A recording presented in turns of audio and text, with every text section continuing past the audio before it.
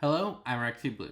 The Pachyrhino is one of the most disappointing creatures in all of Ark. So today, I want to help one of my favorite ceratopsians out by giving them a TLC concept. But first, with any TLC, I must explain why it needs a TLC in the first place.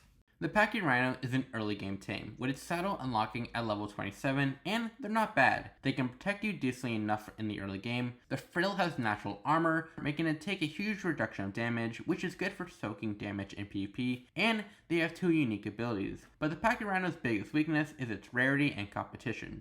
The Trike, who shares very similar traits with the Pachyrhino. They're both early game tames, easy to tame, offer good protection in the early game, and have damage reduction to their heads. However, their spawn rates are the difference. Trikes are very common spawns, making it very easy to find them, while Pachyrhinos are noticeably rarer. Not extremely rarer, but rarer. It being the rarer of the two really damages how often someone would actually tame a Pachyrhino over a Trike, since they are so similar. This means it's way easier to find multiple Trikes before you find a single Pachyrhino. The reason for this rarity difference is because the Pachyrhino has two unique abilities the Trike doesn't. Its unique abilities are spraying two types of different mists from its nose. One mist calms down creatures while the other enrages them. The problem is, these abilities aren't worth the extra rarity. The calming mist does actually have a pretty good use. When you knock something out, you of course don't want any creatures hitting the creature you knocked out, ruining its taming effectiveness. So you can use the mist to calm down wild dinos from attacking you and the creature you are taming, and give you time to build spikes around it. But while this is a useful ability, many players tame creatures perfectly fine without it, meaning it's not that required of an ability.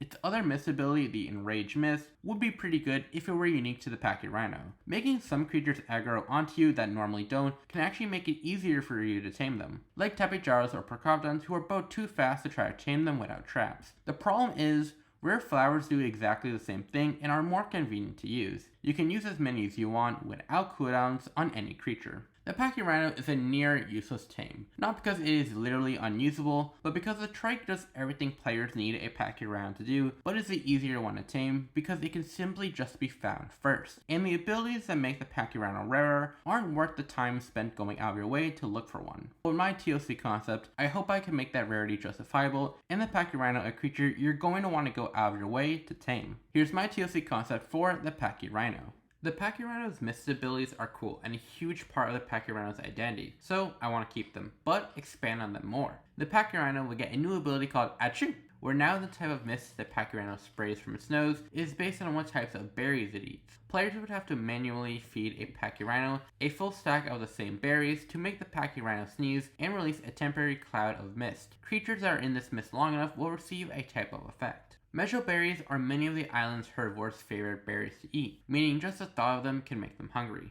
This will make their food drain faster. This will be useful for when you've knocked out a herbivore and want to tame it. You can walk up to it with your Pachyrhino and drain its food faster so it tames faster. Amar berries would temporarily give creatures a speed boost, Azul berries would temporarily give creatures a weight buff, Sim berries would temporarily give creatures a stamina buff, Tinto berries would give creatures a resistance to fire damage, making the Pachyrhino a great creature to fight the dragon with. Magen berries could put out tames on fire, again being good for the dragon boss fight. Cyan berries would give a speed and swim boost, which could be useful in certain scenarios. Verde berries would give a temporary healing buff to tame creatures and wild dinos. While not a creature you should rely on for heals like a Daedon, they can still be really useful in the early game. For example, when one of your creatures needs some quick heals, or they can be used to heal wild creatures. So if you're taming a creature and thinking it's getting too low on health, you can give it some quick heals. And narcoberries would make creatures' torpidity rise. This could be useful for when you are trapped taming a creature and want to give it some extra torpidity or save some extra tranks. It's important to note these effects would not work on players. Creatures can't be affected by the spray for a little bit after already being affected, so you can't just use two Pachyrhinos, and you can't use the same ability twice in a row on the same creature.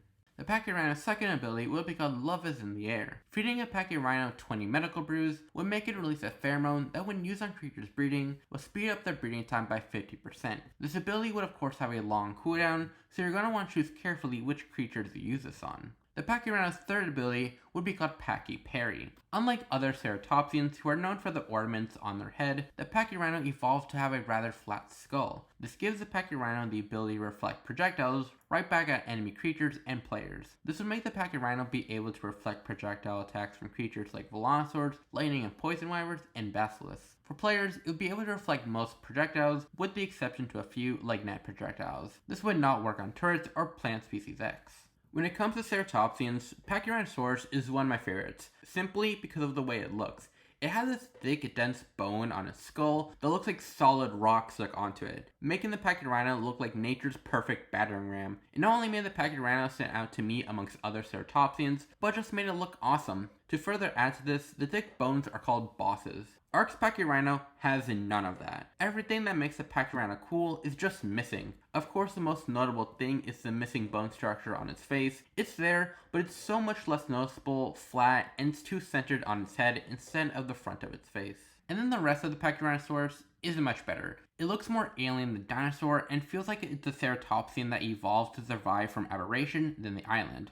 Ark isn't trying to be realistic, and I don't expect it or want it to be. It's got its own style, but many of Ark's creatures strike this perfect balance of realistic and stylistic, making for some of the coolest looking takes on creatures I've ever seen. And I wish I could include the Pachyrhino into that, but I just can't. The Pachyrhino needs a massive overhaul to its model. Its dense bone structure needs to be improved to not only align better with the actual Pachyrhino, but just to look cooler. Its horn adornments it's got all over its head and frill are awesome too and should get more detailing on them. Pachyrhinosauruses are some of my favorite dinosaurs, and I really want them to find their place amongst the Arks, and I hope my TLC concept did that. But what do you think? Do you like my concept? Do you not? Anyway, I'm Ark Blue. Thank you so much for watching. Like and subscribe. Have a great day, be kind, and bye-bye.